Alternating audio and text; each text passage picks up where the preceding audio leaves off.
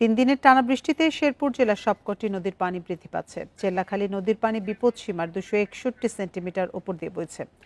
এদিকে মহারশির নদীর বন্যা নিয়ন্ত্রণ বাঁধের একাধিক স্থানে ভাঙন দেখা দিয়েছে। ঝিনাইগাতীর দিঘির পাড় এলাকায় বাঁধ ভেঙে ফসলি জমি ও লোকালয়ে পানি ঢুকতে শুরু করেছে।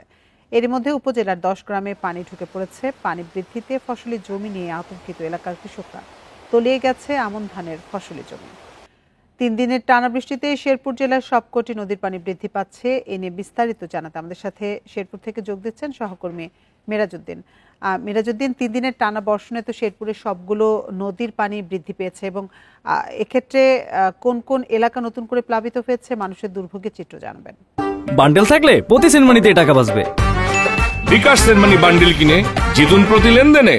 হ্যাঁ, শেরপুর জেলার সীমান্তবর্তী উপজেলা ঝিনাইগাতী এবং নালতাবাড়ি এই দুই উপজেলার মাঝখান দিয়ে প্রবাহিত যে মহারশী, সোমেশ্বরী এবং চেল্লাখালী এবং ভুগাই নদী, এই চারটি নদীর পানি কিন্তু গত 4 দিনের যে বর্ষণ এবং পাহাড়ি ঢলের কারণে এই এলাকার পানি কিন্তু আসলে নদীগুলির পানি বাড়তে শুরু করে এবং যে কারণে আমরা গতকালকে এই মহারশী নদীর যে অন্তত পক্ষে 6টি স্থানে ভাঙনের কারণে ঝিনাইগাতী উপজেলা শহরে পানি ঢুকে পড়ে এবং উপজেলার বেশ কিছু এলাকায় নিম্নাঞ্চল সমূহে পানি ঢুকে পড়ে। আমি যদি আপনাকে দেখাতে চাই যে এই যে এলাকাটা, এই এলাকা গত 2 দিন আগেও কিন্তু আসলে এই অঞ্চলে কিন্তু পানি ছিল না এবং গতকাল থেকে কিন্তু এলাকায় পানি ঢুকে পড়েছে।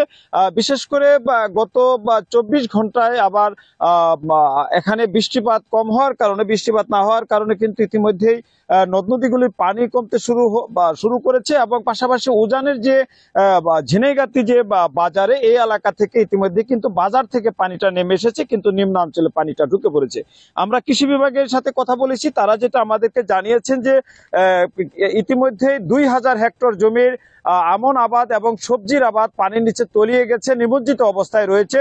কি পরিমাণ ক্ষয়ক্ষতি হয়েছে বা ক্ষয়ক্ষতি হওয়ার কতটুকু সম্ভাবনা রয়েছে, এটা তারা আজকে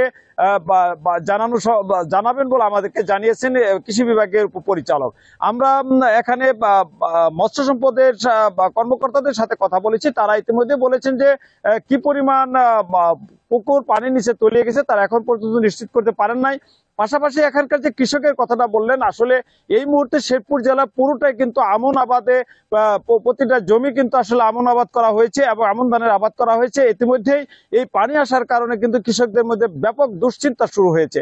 পাশাপাশি এখানকার যেসব এলাকায় পানি নিচে তলিয়ে গেছে আমন আবাদ, এলাকার কৃষকরা আমাদেরকে যেটা জানিয়েছেন, গত বছরে কিন্তু এই সময় বৃষ্টি হওয়ার কারণে তাদের ফসল পুরোপুরি মার খেয়েছে তারা, এবং এই কারণে এবার কিন্তু আসলে তারা এখন এই পানির নিচে আবার ফসলটা তলিয়ে যাওয়ায় তারা মহা বিপদের মধ্যে রয়েছে বলে আমাদেরকে জানিয়েছেন।